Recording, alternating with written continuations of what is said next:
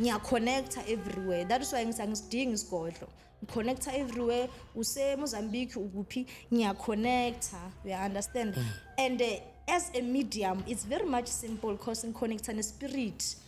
As long as we spirit inja yakho yashona ufuna ukukhuluma nayo izo connect as long ngidakiwe ngiphuza utshwala ngeklabini ama ladies night I go yabo. So isikhathini esiningi umuntu osogole kakhulu umama because she was a single parent back then. That's why ngijumpa from one relationship to another. And then manje difference is that ngiyakhona ukubona umuntu makangangithandi ngimbona fast. So manje akekho umuntu like ungangenza isilima because that time bebangenza isilima, but manje vele ngahlala phansi ngathi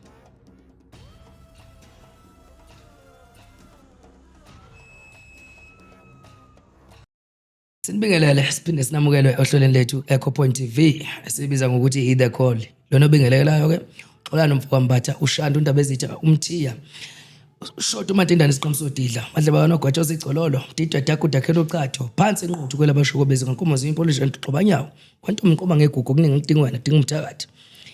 Mbukeli ku Echo Point TV ungakhohlwa ke ukulike, usubscribe, ukucomment ngoba uyazi ukuthi kubuye emathubeni ukuthi ukwazi ukuthola amanye ama episode alandelayo. Namhlanje size nosisi oze novo lakhe naye othi akasivashele lapha e-studio. So thatha nje ithuba lokuthi simbingelele simamukele. Sisi wami sawubona sikubingelele sikwamukele ohlelweni lethu le Echo Point TV. Yebo bhuti njani? Siyaphila sisi. Ngiyaphila. Yebo ngisacela nje ukuthi ngazi ukuthi usisi ubani uqhamukaphi. Mina ngegama uProphet Mashego. Ngiqhamuka eBekersford eLimpopo. Ngikhulele eDavidton nase-Alexander, but manje sengihlala eBekersford eLimpopo. Oh usukile ngapha eDavidton usubuyele ngale eBekersford. Yebo ngisukile decide ukuthi ngihlala eBekersford eLimpopo. Yini kunezimo mhlawumbe ezikususile noma uthando lakho? No, ngiyele ngasuswa i-situation ehambisana negift yami. Uyabo? Yeah. So mina ngikhulele eDavidton, then usisi kamamami umamkhulu wami uhlala eBekersford. And then ngahamba ngayohlala naye. That's where ngabona khona igift yami ukuthi ikhona. Okay. Yeah. Siyabonga gogo. Ngisacela ngoba ngathi ngiyaqala ukudibana ne-interview yomprofeti noma yomuntu oprofetayo.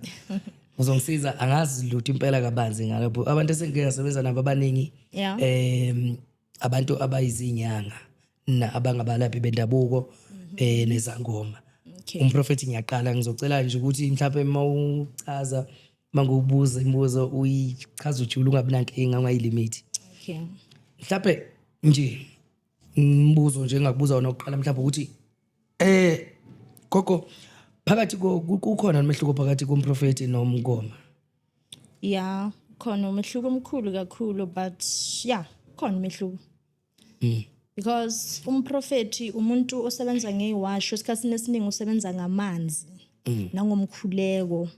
Na like umprofeti esikhathini esiningi uzwa izwi from uNkulunkulu straight, akazwi izwi from kubaphansi. So umngoma usebenzisana nabaphansi, most of the things usebenzisana nabaphansi. So that's the difference. Umprofeti usebenzisana nabaphansi kasiningi. Umprofeti usebenzisana nezwi la kaNkulunkulu ngomoya. Okay. Most of the things uzwa ngezwi la kaNkulunkulu akezwa ngabaphansi bakibo. Okay. You understand? Then ubungoma usebenzisana nogogo like owakudala uyomncedayo umtshelayo ukuthi mele alaphe umuntu kanjani. Ubungoma lobo. Okay. Ake sibuyele emuva ke manje siqale eqaleni. Ake ngibuze nje egogo. Noma nginelungelo lokubiza ngogogo noma Prophet. Prophet. Oh prophet. Hey sikusebenza kakhulu lenyanga nesakho. Ngikholele. Ake ngibuze la prophet. Wena isuka plento yakho uyithatha phi? Ngoba ngiyacabanga ukuthi ezinye izinto usukuyithathe kumuntu wakini mhlawumbe noma ziyakuhlalela ezinye ke ziyakufikela njengawe ziqale ngawe kodwa ayingeni ngokufana. Wena isuka phi yakho wena prophet?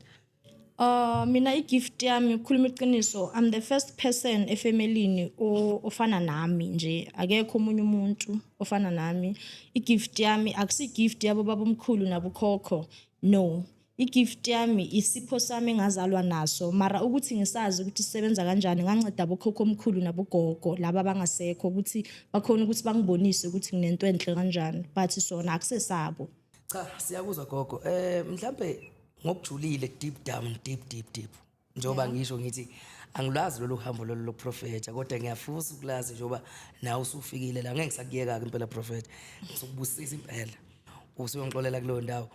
Wena kwaqala kanjani ekhaya? Mhlawumbe wawusafunda isikole noma ubusumdala ukuthola endleleni? Ya nje ungibekele nje ngicaciseleke ukuthi isukaphi wayithola nini lento ngoba ngiyacabanga ukuthi mawuthi wayithola usemncane wawungazi nawe ukuthi kwenzakalani. Yeah, qinisile. Okay, mina igift yami ne khanye ngibona manje ukuthi kudala nginayo, but akaze yangihlupha. Ngirealize le gift yami 2023, truly speaking. So ama-sign mewangekho mangilokhu ngikhula nje. Ngiqala ukwabona 2023 ukuthi I'm gifted. Yeah. So ukubona kwami ukuthi lento ikhona, ngile ngahlala 10 months ngingayi esikhathini until ngiyosebenza kwenye nje ikhampani. Mangisebenza lapha yana mengivukwa idlozi every time. So lento le minga understand mangisemsebenzini ngivukwa idlozi, and then one of the time ngahamba ngayo consulta kumprofeti. Mangifika wangibuza ukuthi aphi ama period wakho, ngamtshela ngathi hey nginesikhathi eside ngayo ama periodini. Wathi wena mele usebenze ngabantu ube umprofeti usebenze ngamanzi. And then that's where I started to take this thing serious. Ngaqala ke ngaphupha ke 2024 last year. Okay, back to your answer. Mprofeta kusho ukuthi kune combination between umprofeti namadlozi. Yasebenzisana? Yes, bayasebenzisana. Mina I'm a medium. Yeah, mina I'm a medium. I'm a medium, ngisebenzisana namadlozi wami. At some point khona la nabo banginceda khona. La mina ubuprofeti bami ngabusebenzisi khona. Bona bayakhona ukuthi bangi-assist abogogo nabomkhulu. For instance, nginekhehla elikimi liyigedla. Belisebenza ngemithi kudala. So uyakhona ukungitshela ukuthi ayi hamba ugubha umuthi nje endaweni so. And then ukhona ugogo ukuthi naye unceda ngani ngeBible reading. And then khona ugogo onceda ngomkhuleko. So amadlozi wami ayang-assista throughout my gift. So before uthole lesiphiwo leso naso ubusunazi ingane noma ingane? Nginayo ingane ina 10 years. And then after yena kwadlula 3, like 2 yele waba stillborn, like ngithola umntana alele, and then 1 waba miscarriage. So yeah, umntana nginaye. Oh, manje ngokwe gift yakho akukho lapho ekuhlupha khona mhlambe ngikwenze lesibonelo. Okay. Umuntu ohlola noma isangoma makumele noma ngabe useTexini noma ngabe usemall noma ukuphi makumele mayingibuke nje kwahlangana amehlo babona indaba zami. Okay. Ungitshela ngqo njoba sinjalo and uvukwa yidlozi lelesuke limngenile aqubule abhodle aginqike phansi abanjwe uyabona. Yeah. Kangakuba mengayikhiphanga lezi indaba zami ngeke akuthola uphumula. Yeah. So wena uprofeti abubeke nekulo ndawo leyo ukuthi nawe ugcine uba kuleso simo leso. Mina esikhathini esiningi ngisebenzisa igift yami yobu medium. Le yobu prophet angisebenzisi esikhathini esiningi. So as a medium mangahlangana nomuntu ngizwa ivoice. Remember medium umuntu okhuluma nedlozi nespirit nabantu abangasekho any spirit. So mangahlangana nawe eTexini then ngazwa ivoice, maybe it's your mother athi mtshele so na so ngiyakutshela ukuthi buti khona umama la uthi umama akho uthi ngikutshele this and this, and then that's where you can tell me ukuthi umama akasekho. Uyabona, so mina ngivukwa idlozi ngena ispirit, I get possessed by the spirit. So angisebenzele endumbeni, angisebenzele kuphi, ngisebenza anywhere anytime.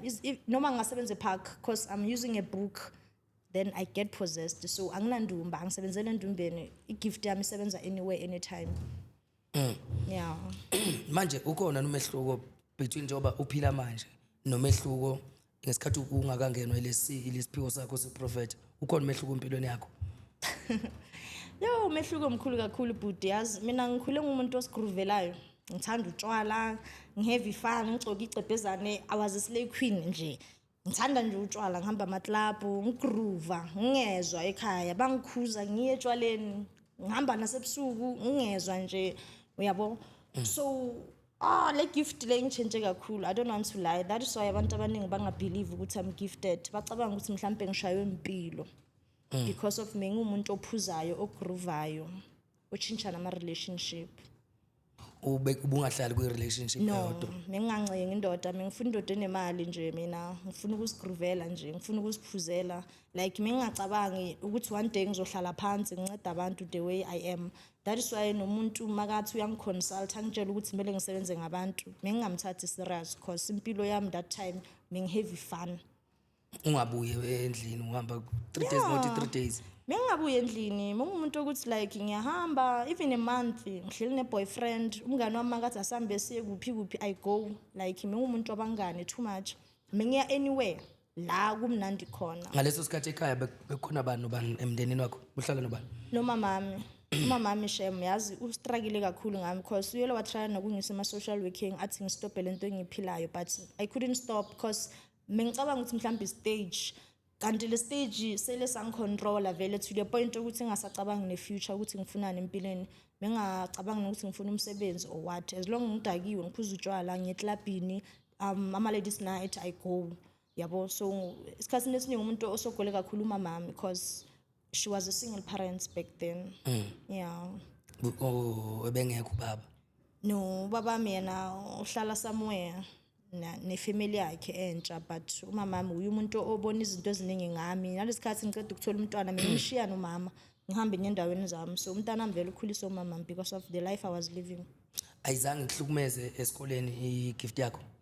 Esikoleni akaze yaba khona, azange is expose igift yami. Mina igift yami azange ngiyibone nje. Wasifunda isikole nje wazosiqeda kahle? No, azange siqede isikolo. I don't want to lie. Ngile ngasifunda and then mengisitowed. Mina ngikhule ngisitowed. I don't want to lie. Ngikhule nje ngisitowed and then bangisuspend esikoleni ngathi it's fine, and then ngaqala ngasigroovela ngayekela kanjalo isikole. Manje as from igift yakhe isivezile manje, abangani usenabo emphakathini bathini ngoba phela manje awusafani njengalo ntombazane owuyiqalini uhamba ugroove up uzitshwala nabangani ngizobusho. Manje usuphila komunye umkhakha manje kwenye department, bathini endaweni noma emphakathini abasondelene nabo? It was very strange and very easy ne. Mina ngele ngasuka eDavidson ngaya eBekersfort ngahlala nomamkhulu wami khona. So abantu bangibona la efonini bacabanga ukuthi mhlambe ngiyathwasa la ngikhona eBekersfort, angisho ngikhulele eDavidson. So mangibuya manje njengoba ngibuyile bamangele like ukuthi like ngichenjile, uyabo. And abangani angisanabo, labangani bami ngiphila nabo bacale bangijikela. We understand abathi hey mina nya actor, hey ngithanda izinto this and that, and then ngahlukana nabangani kanjalo. So I don't have a friend manje, ngumuntu engiphila ngiwani ngisebenza ngabantu. So community nayo ngibheka snacks because this person was grooving mokumuntu ecebhezana manje sekafaka amabhayi and stuff bayangihleba, but bona ba understand ukuthi what made me change. So abantu abaningi bacabanga ukuthi ngibuya othwasa ngoba ngihlelele Limpopo 1 year khanye ngibuya manje this year. Manje njengoba adu uxhuma kuma relationship noma mhlambe kungekhona uxhuma kodwa adu ungahlali kwi relationship kanti mhlambe uphushwa yilento uthola ukuthi unothando lomunye umuntu kodwa kukhona omunye umuntu. Manje ngabe kusenzeka yini njengoba usumuntu osuyimprofeti kanje?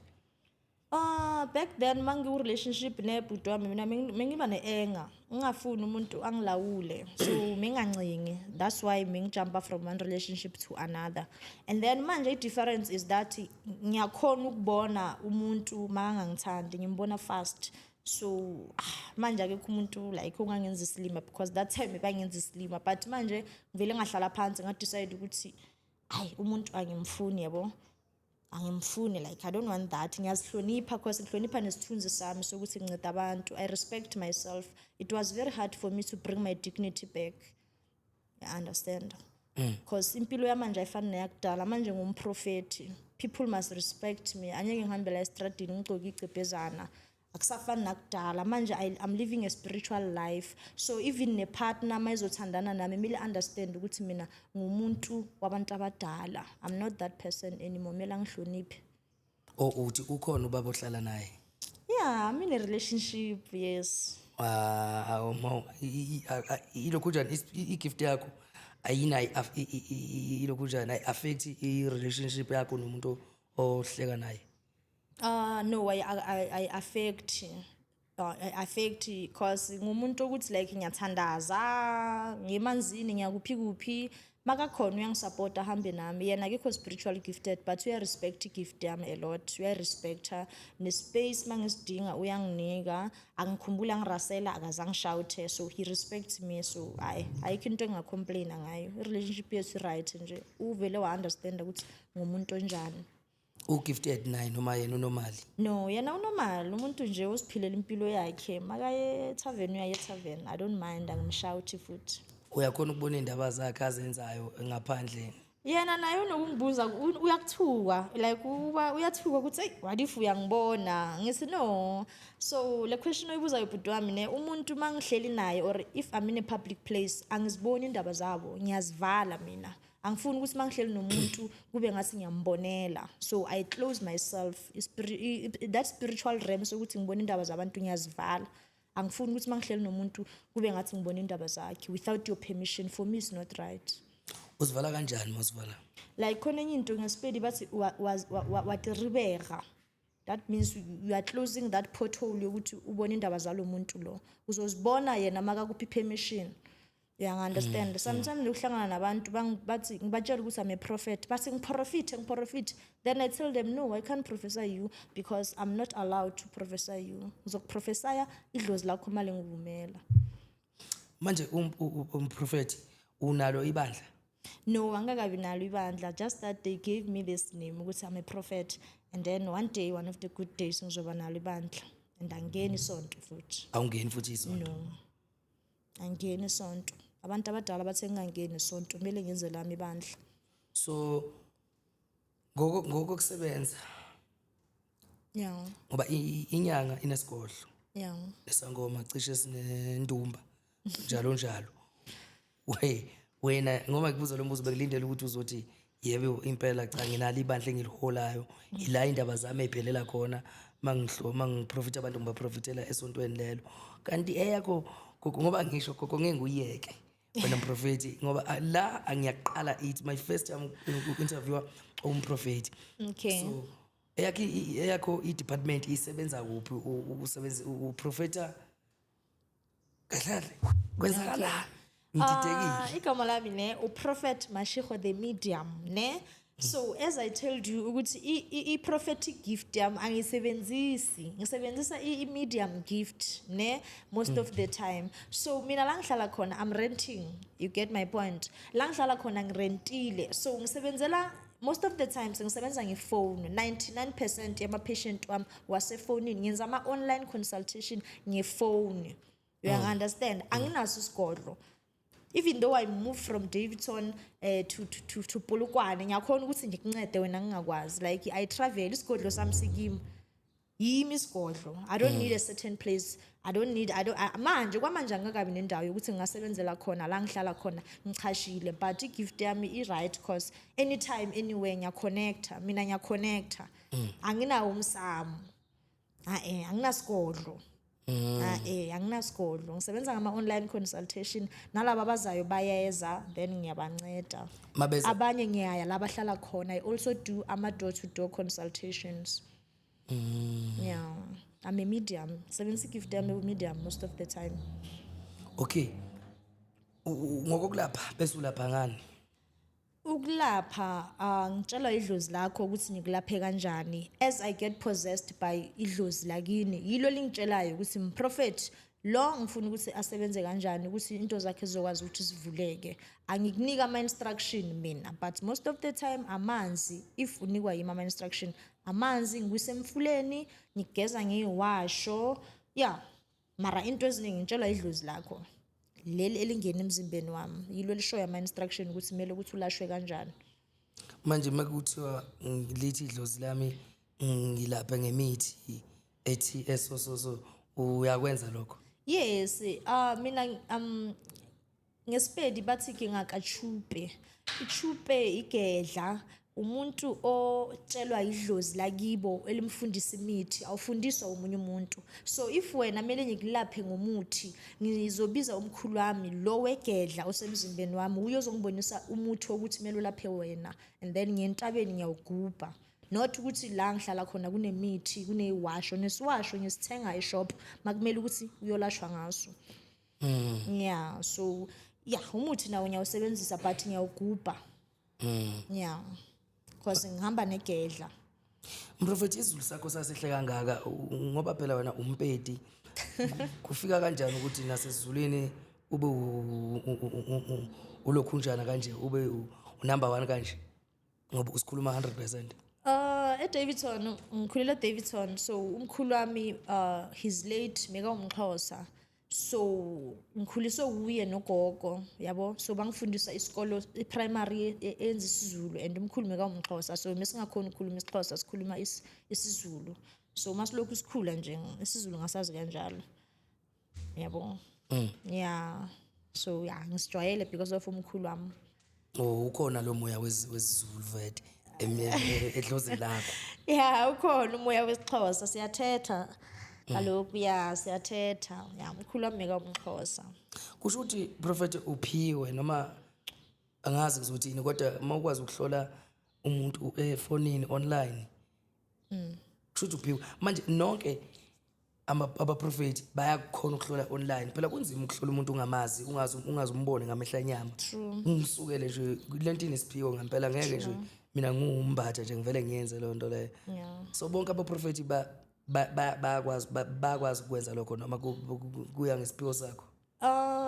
Mina mangayiphendula not almost bonke, uyakhethwa. Khona abantu banomoya wendalo, so mina igift yami eyendalo, I'm naturally gifted from uNkulunkulu mveli nqandi yabona. It's not a gift yedlozi, so makuyi gift yomoya kusho ukuthi ngidonsa konke, ngiyaconnecta everywhere. That is why ngisidinga isigodlo, ngiconnecta everywhere. Mozambique ukuphi ngiyaconnecta, you understand? And as a medium it's very much simple because ngiconnecta nespirit.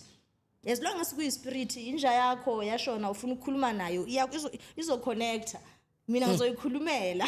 We understand? So noma isiphi spirit is very easy to connect. I don't know about aba prophet, but mina as a medium ngikhulumela ku medium, so as a medium you connect anywhere. It doesn't matter ukuthi kuphi ngoba usebenzana ngani ngomoya. Uvusa abafileyo. You understand? And then abafileyo bayezwa ukuthi no ngibiza umuntu osobangena kuwe, and then ngikhona ukuthi unginike isibongo sakho, ibongo zakho abomama nezakho abobaba, and then siyabona ukuthi ubani oconnecta emzimbeni wami. So I cannot say ukuthi abanye aba connect online, abanye baya connect. I mean at my side I connect ngoba ngisebenza ngomoya.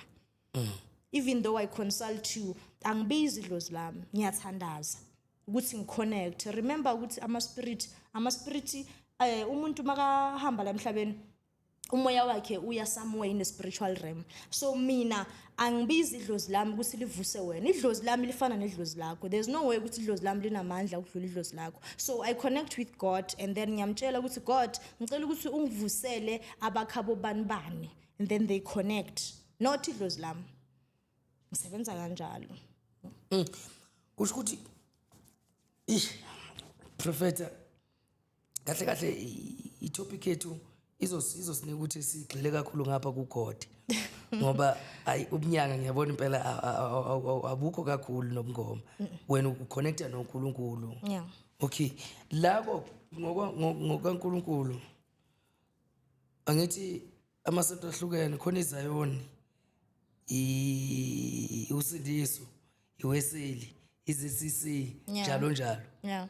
So wena nje ukuthi awusonti alikho futhi ibandla onalo, kodwa lesiphiwo sakho mawusibheka wena sihamba naliphi isonto ngokwamasonto onke, ngoba amasonto maningi kodwa uNkulunkulu yedwa. Yeah.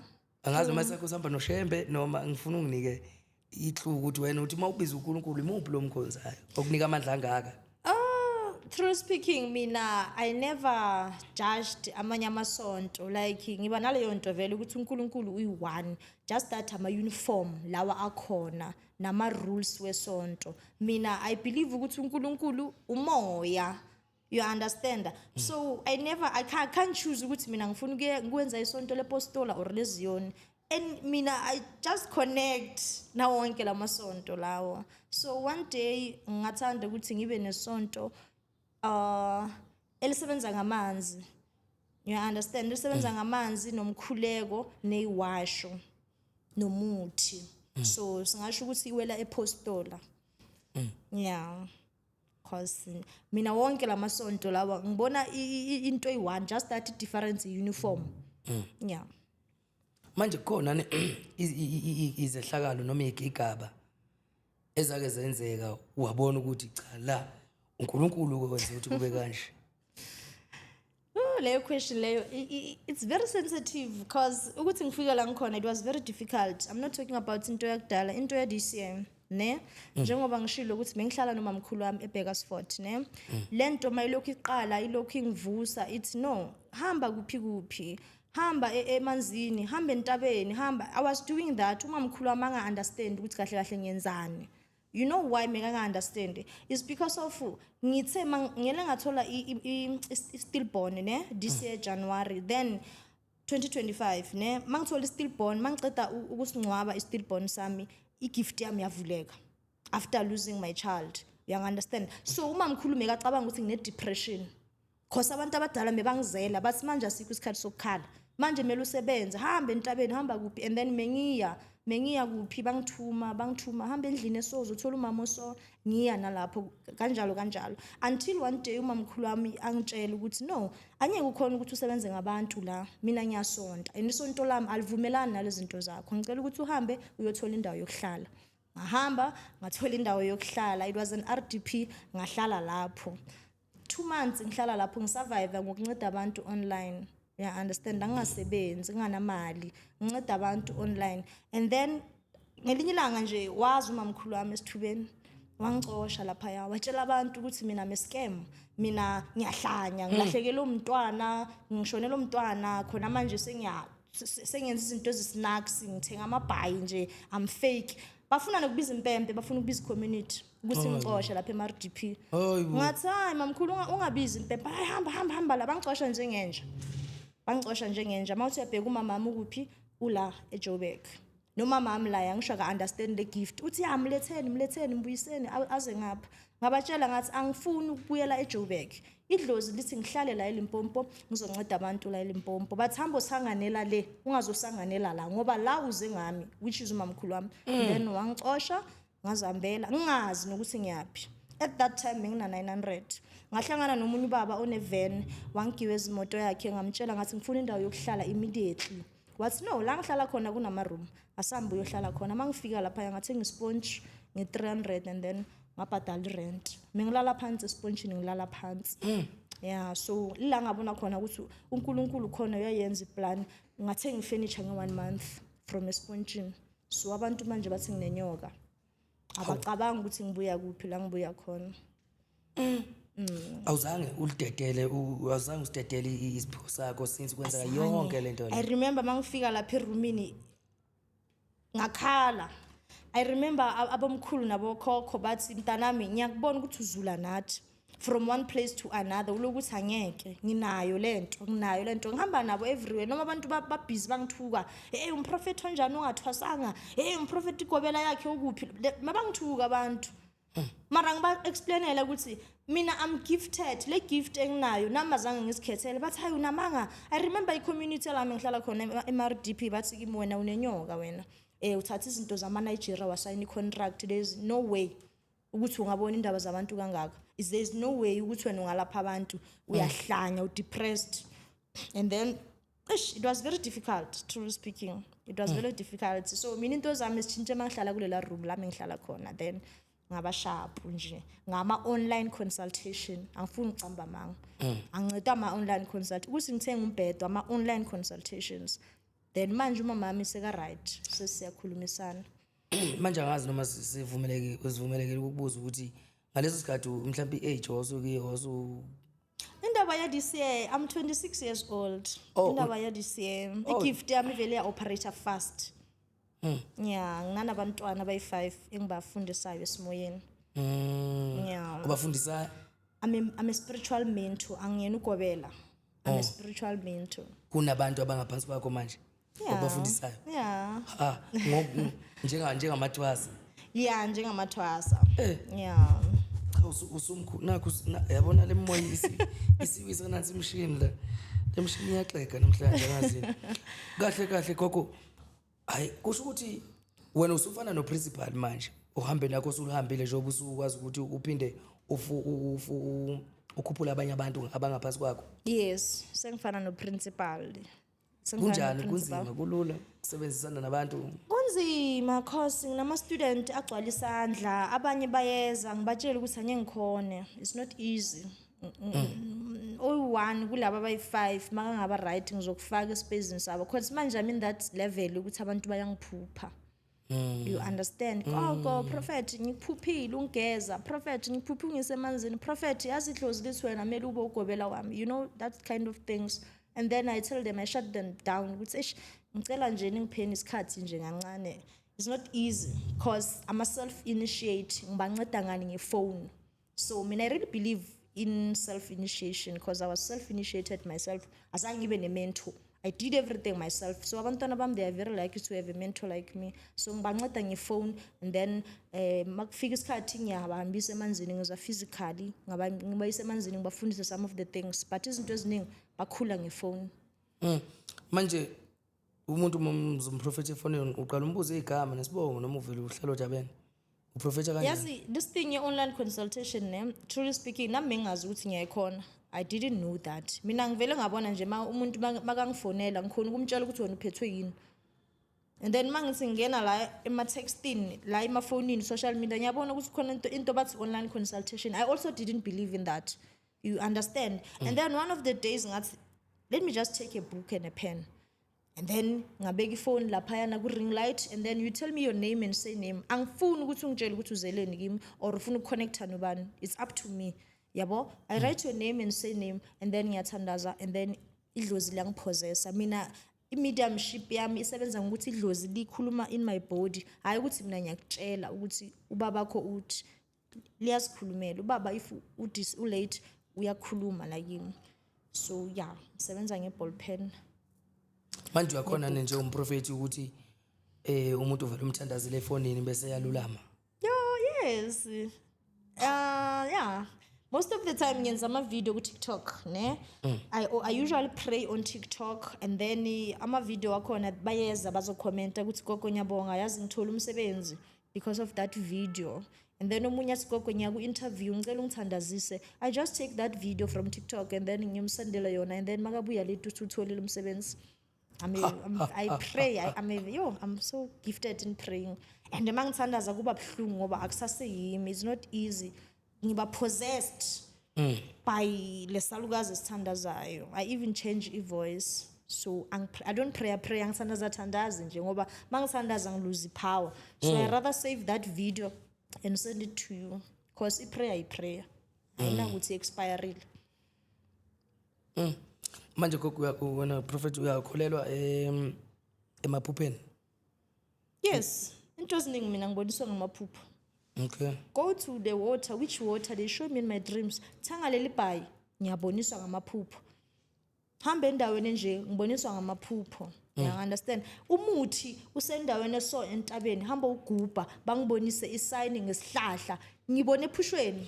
Ekseni mele ngiye lapho ngizwa ama voice angisho mele ngiye lapho and then yeah those pictures I saw in my dream I found umuthi lapho ngiyakupha nguthola.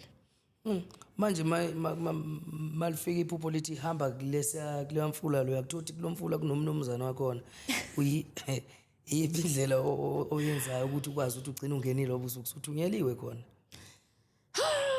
Tell you what, I do connect nama water spirit. As a medium, I connect to any spirit.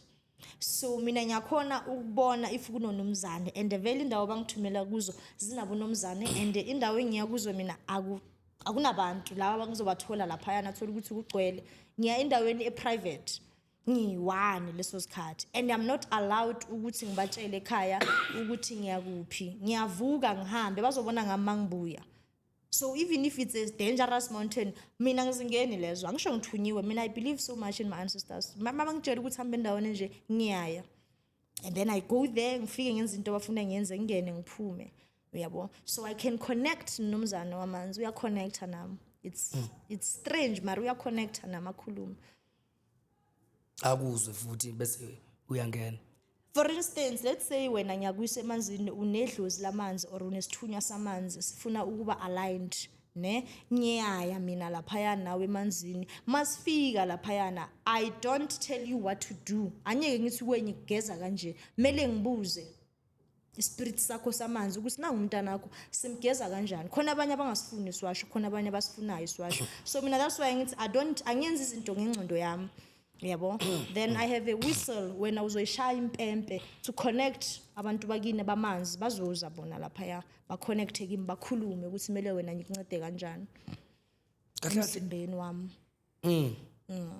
Kahle ithunywa zihlukene kumuntu. Khona isithunywa samanzi. Yeah. Iziphi mhlawumbe ithunywa ezinye ikhona futhi? Khona isithunywa samanzi, isithunywa sentaba, isithunywa sasemgwaqweni, which means izwe indawo mele like uhambe kuzo ukuthi usikhuphule lesa sithunywa uyothatha amandla. You understand? They can tell you ukuthi uhambe empophomeni, mele wazi ukuthi impophoma encane or impophoma enkulu. Sho ukuthi wena isithunywa sakho sifuna lapha kunempophoma le akubonise yona. When you go there, that's why it's very much important ukuthi ngicela ithunywa zami mina banibani. Ngoba lapha kune British different. Anye kufike lapho uthi ngicela umnikazi walana wamanzi no, you have to go there uthi ithunywa zami zamanzi mina banibani ngizon collector. Nginilandile ngicela ukuthi ningambathe. And then baya kwambatha. Sizosebenza de wesisebenza ngakhona kuwe. Isithunywa sakho samanzi anyeke sisebenze njengesithunywa sami samanzi. Asiphiwanga ngokufana. Kune British eziningi emanzini. As much as nasentabeni. Khona intaba encane, khona intaba enkulu, khona intaba ene cave. Wena mele wazi ukuthi ubelonga entabeni weyiphi intaba. And uphiwa amandla. There's different kunama level, ngisho kunama level. That's why khona intaba encane, khona intaba enkulu, imfulo esidudla, imfulo encane. So amandla wemvelo awalingani. Nethunywa zethu azilingani. And most of people baya endaweni la bangabizwanga khona. As much as mina akaze ngaya empophomeni, isithunywa sempophoma akaze sangibiza and asengikhethanga until sizongibonisa. Angeke ngiye empophomeni ngithi ngiyaya nje for fun. I don't do that.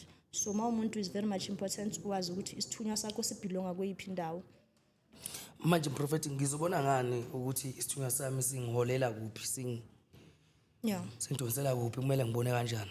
That's a very good question because see, emaphushweni wakho uyabona ukuthi usentabeni. You are on top of the hill. Uyabona ukuthi usemanzini. Ne?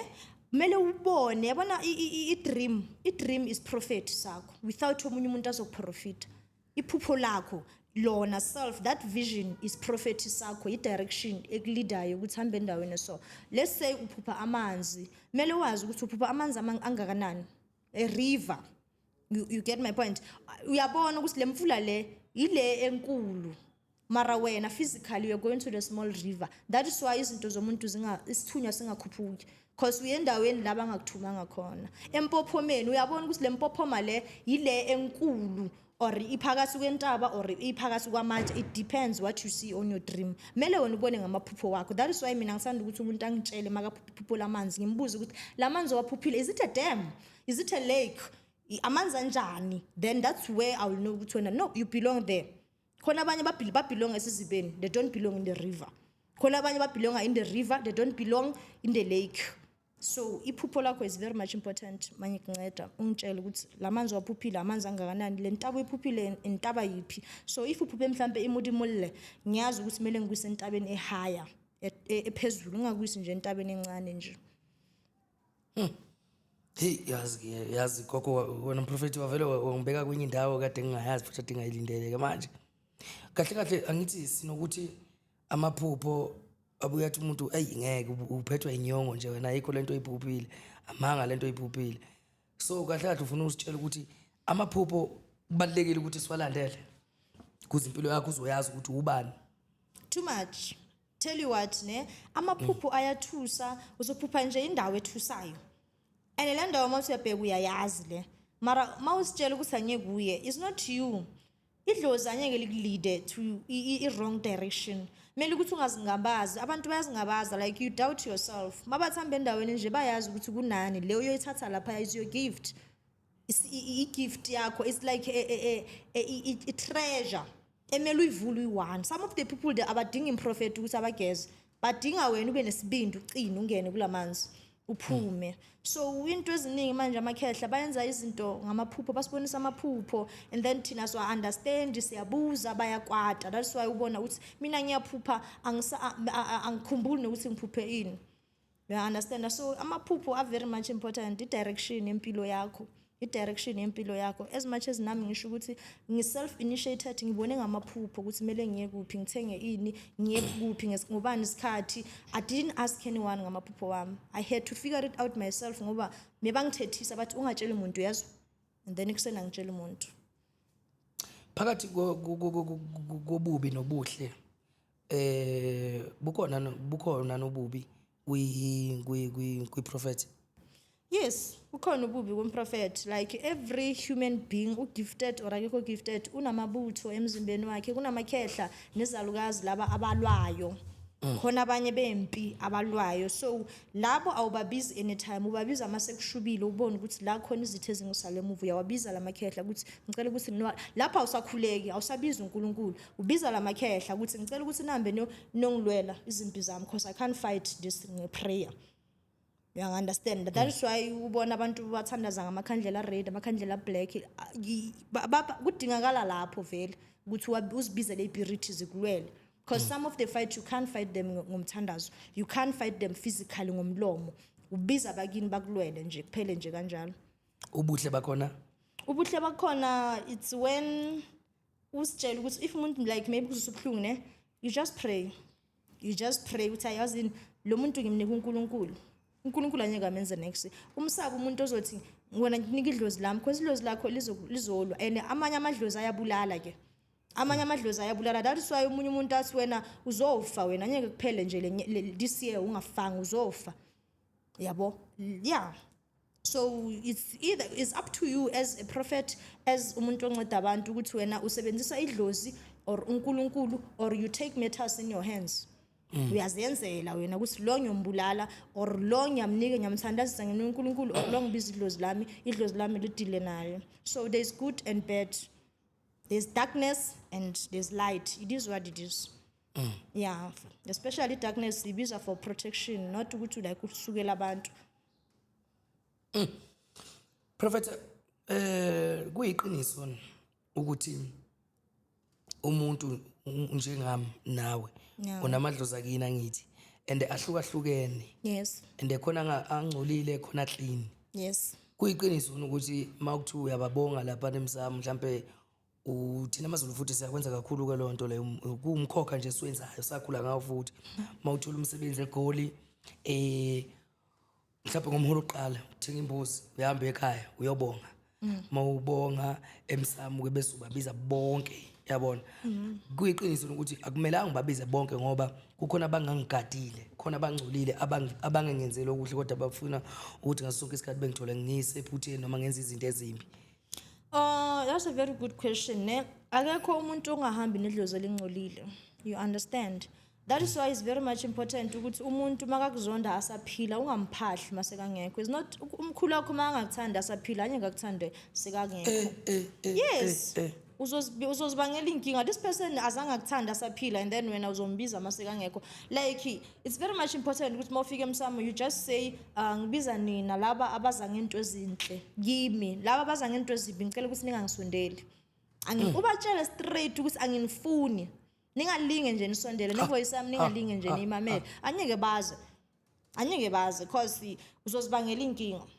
Uzozibangela inkinga imagine uma ugogo wakho uzonda umamakho uzokuthanda kanjani wena ezumzukulu and then wena ubhizi gogo ngicela ungivulela izinto zami that person usho ukuthi wena uyamvusa ukuthi ayenze ububi ayenze lobubi lobu mekabenza saphila. So I don't blame others ngoba abazi. Let me just make an example. Maybe ugogo wakho mekathakatha kudala ne, and wonke umuntu mekazi endaweni ukuthi your grandmother was a witch, and then wena ugogo loyo awumbizi until yena azoziveza one day azoza kuwe akutshela ukuthi mina mengiganga ngicela nje ukuba idlozi lakho nje lokugangela nje. So lapho is up to you ukuthi wena uyamvumela ugogo ukuthi angene nje elayinini or uyamkhipha. Angigangele kanjani prophet? Khona abanye abantu abagangayo aba spiritually they fight, like khona abanye abantu abagangayo like they spiritual attacks into esifana nalezo bayenza ubuthakathi, and mawuthi uyabheka ugogo wakho yena mekathakatha lesikhathi aphila. So lezi zinto lezi uyakwazi ukuthi azivimbe. Lo wakho owumprofeti ugogo akakhoni phela, ngisho niyathandaza akakhoni. So that's when uzolibiza lela dlozi elingcolile ke utshela ukuthi ngicela ukuthi ungilwele nabo bangigadla ngilwele shaya lightning uzoyishaya. So laba abangcolile asibasebenzisi asibalethi in front, sibalethe emuva when it's only necessary. So wena mawuphahla mele is very much important ukuthi ubuze history yakini. Uyibuze nje ukuthi ubuze nje ngehistory yakini ngoba uzobiza amanye amadlozi thola ukuthi lawo madlozi lawo nje asile afuna ukudestroyela impilo yakho. So if awazi ibongo, just say madlozi wakhabo mama nakhabo baba laba baza ngento ezinhle empilweni yami, laba ngifisela okuhle nalaba bangifuna ukunginika imali, uyikhuluma imali ungasabi, because if you don't talk money that means wena musu into ezinhle ziphi. Babuyize laba balwayo just ask them ukuthi basondele, ube specific mawuphahla ukuthi uphahlela ini. Ungafiki ukuthi ngicela ningivulele bakuvulele ini. You understand? Just tell them ukuthi ngicela ningivulele umsebenzi, ngifuna umsebenzi ohola imali engaka, ungasabi. Yeah. Then laba basile ngeke bayeza, ngisho bayabona ukuthi ukhuluma izinto ezinhle. Phela yazi idlozi ne limamela lento oyikhulumayo. Okay. Yeah, wena lento oyikhulumayo nabo bayamamela, they command bacommandwa uyiwo. That is why I always tell people ukuthi ungasabi idlozi. Don't worship your ancestors, worship God. Idlozi mele lizwe ngawe. Uphilile emhlabeni, isikhathi sakhe siphelile, sekangale. Kumele akuncenge. Not ukuthi wena uncenge yena. Ngitshela ukuthi wena ufuna umsebenzi, ufuna umfazi before the end of this year. So they immediately when usabi idlozi uyalisaba uthi hey yazi anginyanga ethuneni this month so phethwe i-dress. Uzocontrol idlozi. Yeah, ama-spirits ayasaba but thina sicabanga ukuthi abasabi. Thina sisaba. No, it doesn't work like that. Basaba kabi. That is why bakuphuphisa bathi hamba thenga ibhayi, hamba thenga ini, ngizothatha lo msebenzi bawuthatha. Bayakuthusela nje. Gogo prophet manje la phakathi kwelokunjana kwedlozi okay ake ngene la qala kuyenzeka noma kuyiqiniso uyakholelwa nakikho ukuthi kunabantu abasebenzisa abantu abasemathuneni? Yes. That's a good question because mina as a medium ngisebenza ngespirit, ama spiritual husband, spiritual wife, imikhokha, imikhovu sebenza ngazo. So nakhona nami njengoba ngisho ukuthi I'm self initiated, nami ngizibona nje mangilokhu ngikhula nje la endleleni nami ukuthi kanti mina ngisebenza ngezinto ezinje ezinkulu nakanje, and without ukuthi ngiqabile emzimbeni or ngenzeni. Yabo. So khona abantu abakhona ukuvusa idlozi balithwebule, balisebenzise inhlanhla zakho. That's why most of abantu abakholela kuNkulunkulu abamelanga, like I don't blame those people but bona baye ethuneni. Because mawuye ethuneni mawufika ithuna alina nix, there's no spirit there. Basithwebulile. Wena mawulokhu ukhuluma le nhlanhla zakho zikhulumayo ziya lapha ya kulo muntu othwebulele idlozi. You understand? So idlozi bayakhona ukuthi balithwebule balifake la balifaka khona lisebenzele yena i1 loyo muntu lelo. Inhlanhla zenu nonke ziza kuloyo muntu loyo. That is why bathi kunama spiritual husband, spiritual wife. Ama spiritual husband wona bayakhona ukuthi bavuse isipohi lesi esilele ethuneni basikhande nje like ngomoya nje. Some spiritual things they do, and then bathi hamba kubanibani, and then that spiritual husband siya kubanibani siyophila emzimbeni wakho, and then umuntu omoya ofana nami uzokuzwa ukuthi wena you have something in your body, khona into ohamba nayo mara wena uyibona. Yabona. So mina that's where I come as a prophet, ngigift yami ngiphiwe yona abantu abadala. Ngiyakhona ukusithi ngisinukelele. Abantu abaningi bathi ukufemba. Mina I don't call it ukufemba. Ngithi ukuba possessed by umoya, then ngiyanukelela this thing ingene kimi ikhulume. ngipossess ukuthi ibuyaphi ufunani. And then the spiritual husband or the spiritual wife siyakhuluma ukuthi hayi mina lo muntu ngithatha imali yakhe lo muntu lo mina ngilala nomfazi wakhe this and this and that. Ikhulume la kimi and then mina ngizimele ngiyikhiphe la kuwe emzimbeni wakhe ngilahle leso silwane. So that's a very sensitive thing because abantu nje bathwebula amadlozi wabo. That is why you are not allowed ukuthi uhambe ukhuluma ukuthi hey mina ngivakashele ugogo ukuthi yena ubani bani. Don't tell that. Isikhathi esiningi simosha ifamily. Manje kusuke sekwenze njani makuthiwa idlozi balitshontshile ekhaya alisekho kutsho ukuthi kuthiwa mabethi bayabheka bethi aninamadlozi laba wathathile. Ayekho umuntu ongatshontsha idlozi angahlalekini. Umuntu otshontsha idlozi umuntu oyifamily. Okay. There's no way ukuthi umuntu waze lapha ithakazelo zalapha ya. Idlozi it is spirit esinazi nonke. That spirit knows you all. So when uya lapha ya ufika ukuthi yimi ubani bani uProphet Mashego ngiyakubiza gogo hamba nami ngicela ukuthi uzoprotecta mina ngiwani uzokuzwa. Idlozi liyathengwa. That is why ngithi you are not supposed to ukuthi usabe idlozi mele lona lisabe wena. So babaya lapha yabalithembisa whatever balithembisa lona. That is why you see in the family one rich, the rest of you guys are poor. Uhambile nenyanga bayolithwebula lela dlozi liyosebenzela nina amanamba nenyangeni banitshela nogeza nigezile nje idlozi lisebenzela lo ya is either nalo liyathanda or balitraphile nalo phela ngisho liyabribeka. So it's like that. Nawe ezedlozi one day umuntu bangeza neinkomo athi hayi mina ngizokusikela ngizokuhlabela inkomo every month ngicela ukuthi uzosebenzela mina ngi1 bayekele laba bonke laba bala sibayeni bayeke uzosebenzela mina ngizokuhlabela inkomo every month. And then now it's up to you ukuthi uyabribeka and then uwenzani ufulathela the rest of the family. Usebenzela lo. Nona leso ungathola umuntu ofana nami ngizokutshela ukuthi la idlozi alisekho la. Ithuna kuphela kusana dlozi la. I have to go to the grave. Ngilibuyisa idlozi. I can do that. Ngiyakhona ukungena ngale in the spiritual realm samadlozi athwethuliwe and take them back. So it's a very hard process but I do it. Ekuqaleni bengisaba but manje angisasabi. Ngiyakhona ukungena ku spiritual realm. Bengithi ngisazokubuza lokho prophet ukuthi wena awuyitholi ni challenge noma umqansa noma akukusindini lo msebenzi osebenzayo ngoba ngathi unzima kakhulu. Unzima umsebenzi we-spirit truly speaking unzima cause especially when you consult someone akutshela ukuthi ucela ukuconnecta nomama yakhe and then more to connect the mother only to find out ukuthi umother akekho in the spiritual realm. Ispirit sakhe sela ebantwini abaphilayo with that means uthwethuliwe. And anye ngikweke kanjalo anye ngithi umama wakho uthwethuliwe or umama wakho akalelanga kahle. It's my job ukuthi ngiyothola ukuthi umama kuphi. Let me tell you there are some spirits aba trapped la bashawa khona for reason zabo, especially laba bazibulalile laba mebaganga mebathakatha nalaba mebabulala bakhona i-spiritual realm sabo and then khona laba abathwetshuliwe bathathwe ngenkani mawuthi uyafika lapha ku-spiritual realm bafasiwe ngama-chain. It's my job ukuthi ngiyobheka umama ukuthi umama ukweyiphi i-spiritual realm ngiyaya with my spirit ngihleli kanje in the dark room then ngiyambiza umama akho then mangimthola ala mele bamshayela izono zakhe I can't take her out ngoba i-decision kaNkulunkulu.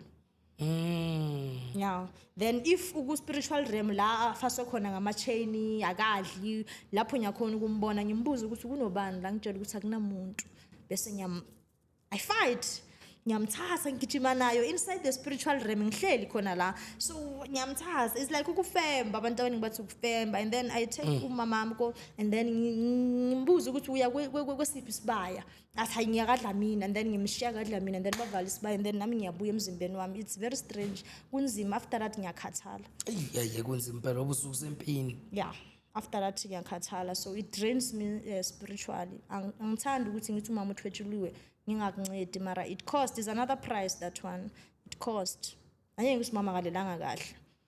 It's my job ukuthi ube right uhile idlozi alikho prophet esenze njani kumele ngilibuyise idlozi and then idlozi lisikhulumela. One thing I like about me ukuthi ubaba if uthwetshuliwe uyakhona ukusikhulumela nawe uzwe ukuthi this is my father nawe uyajabula ukuthi yabo unlike ngithi awulele kahle manje seka right uyabo uzokhuluma ubaba uzoyenza ama action wakhe lawo mekawayenza saphila.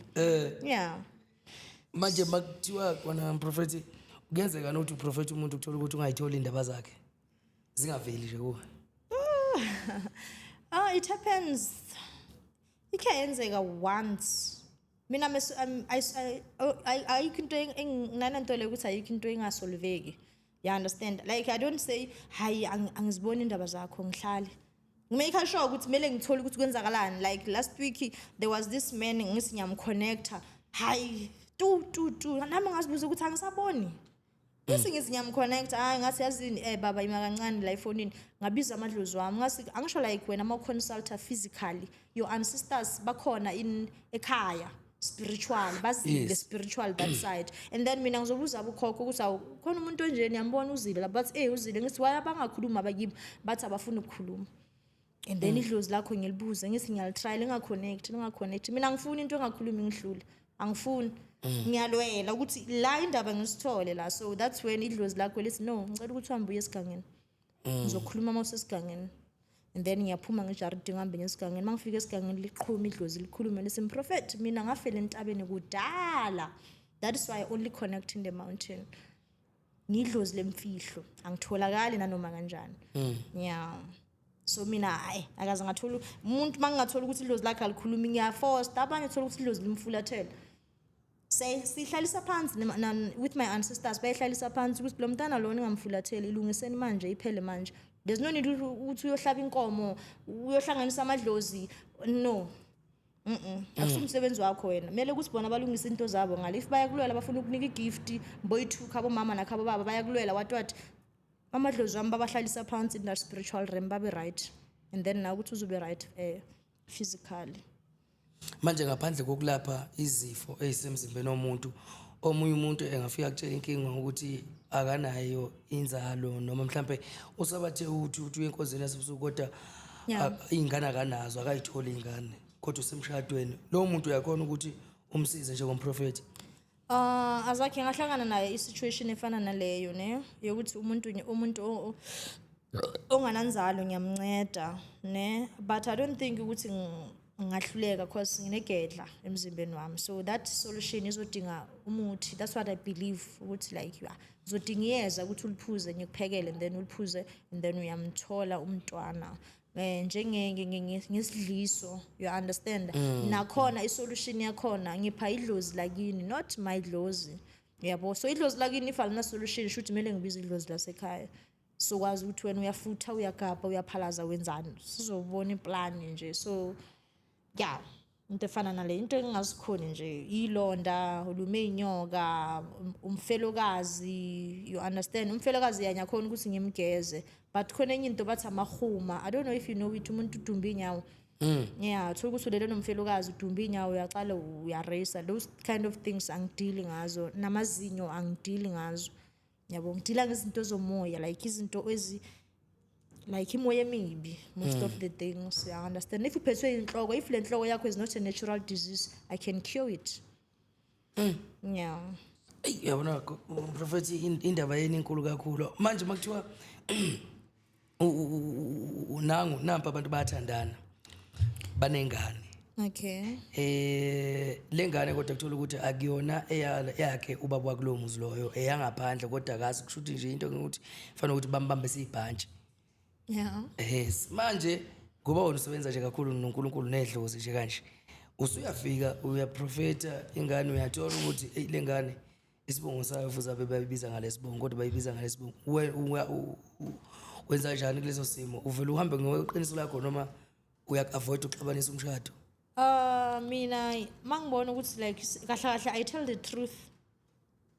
the truth ngiyakhuluma nje ukuthi umfazi wakho uyelwa abortion thola ukuthi awumtshelanga umuntu wakho I tell the truth I'm not allowed to lie and angikhona noma ngisingazama idlozi lakini liyangicontrol it's I am prophet ungaqamba manga ngeke ngisikhulumele we understand liyangipossessa lithi no ngeke ngikhulume ngeke nje bayathethisana emzimbeni wami that's when nami ngiyasika ispirit isikhulume lo uyelo waya ngaphandle waza nomntwana lo mntwana kusowethu lo hayi owethu okay owethu that's when ngizomgulisa and mangagula la iproof yokuthi akusowala ekhaya lo mntwana lo you understand so ama secret afana nalawo edlozini amadlozi abawafuni lamadlo into esifana nalezo so mina I tell out the truth iqiniso ngiyalikhuluma if you are gay ngizokutshela straight ukuthi uyi gay No, I remember ngiconsulta this young man, and then umkhulu wakhe wakhabo baba wa-connecta wathi hayi prophet mina lo mntana lo angimu-understand uko kwakhe wathi ngicela ukuthi uyibambe khona lapho uyamyeka. Like they wanted to talk, like bekafuna ukumhlambalaza, and then lo mkhulu mengimconsulta walwela ugogo wathi yekela umntanami uyamyeka nje. Oh. Yeah. You understand, and then that's when naye waconfessa sesiceda i-consultation ukuthi yena ugay. Mara zange ngimtshela ukuthi I know, but ngivele ngathula. Yeah, so there's no way ukuthi like ufihlwe izinto. No, there's no way. Ngoba kuyingozi ukukhulisa ingane esibongeni okungasona esayo. Sometimes ungakhulela esibongeni engasesakho, but idlozi likuthanda. Idlozi lalo muzi. Yes, laloyo muzi loyo, because maybe wena umakoti uze nomntana umenze outside uza naye esibayeni sakini mawuthi uyabheka lo mntana lo ugifted unenhlanhla unani this child uzowakha umuzi this side. Then bona in the spiritual realm sometimes abanye bayabangisana bathi lo mntana lo mela abuye this side anyeke lo mntana azosebenzela nina, that's when umntana azocala gule and stuff, but amanye amadlozi bathi it's fine mthathe ngoba it's fine mthathe, and then lo mntana uyakhula nje ukhula umntana right. So i-decision akuseyethu in the physical world, ingale ku-spiritual realm ukuthi bona bayavumelana na ukuthatha ibhayiki leli balikhulise le bhayiki. Yeah. Yeah, when ungathi angimfuni umntana onyendoda kanti lo mntana uprecious kakhulu, idlozi liyamfuna. Idlozi liyamfuna. Yeah, wena umfuni mara idlozi liyamfuna. Yeah. Hey.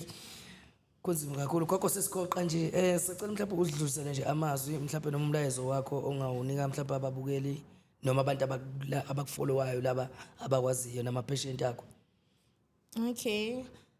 Mina as Prophet Mashego the medium ngisathanda ukudlulisa this message ukuthi ngicela ukuthi abantu bangagijimeli ukwenza izinto without consulting namadlozi wabo. Ngicela just ukuthi mawubona something in your dream, follow your dreams, because i-dream yakho it's your future. Iphupho lakho i-future yakho, akekho umunye umuntu ongakunceda empilweni beside idlozi lakho. So it's very much important ukuthi ulandele iphupho lakho and don't forget to pray. Mawunga understand hamba nje endaweni enature amanzini uyihlalele nje, doesn't mean ukuthi mawuphupha amanzi hamba ungena, hlala nje endaweni e-natural and then umeditate uzibuze ukuthi wena ubani. That's what I can say. Utholakala kanjani gogo enkundleni zokuxhumana nase-phone number? Mina ngitholakala kakhulu ku-TikTok, ngisebenzisa i-TikTok kakhulu. Igama lami ku-TikTok uProphet Mashego the medium, I'm the one and only. And then amanamba wami alapha ku-TikTok, and then I do online consultations, face-to-face consultations, nama door-to-door consultations. I'm also a spiritual mentor, mara only if uthumele idlozi.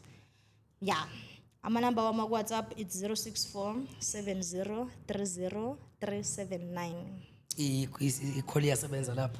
Ikhola ngiyazi ngenhloko. Kulungile esibonge kakhulu uprofessor ukusivakashela lapha e-studio kwi-Echo Point TV. Sibonge kakhulu uNkulunkulu akubusise futhi nomsebenzi wakho awukhuphula ubeke ezingeni kanye namadlozi akho. Amen, ngiyabonga, ngiyajabula ukuba lana. I hope ukuthi abantu bazoncedeka somehow. Babukeli be-Echo TV njengamanje ke sesiyaphuma ke mina ngoxola mfowami Mbatha ushado Ndabezitha umthiya ushoti uMatindane singamsodidla uMadlebekana Gwatshoza icolo lomthetho yadakudakela ucathi phansi le enquthu sengiyaphuma ke manje ngiyavalelisa ngithi ke sesiyobonana ke ngenye episode elandelayo. Ungakhohlwa nje ukulike ukusubscribe ukucomment nawe ke mbukeli futhi ofuna ukusibhalela usibhalele khona la uze nawe novo lakho noma nokukhuluma kwakho noma nesimo oyiso.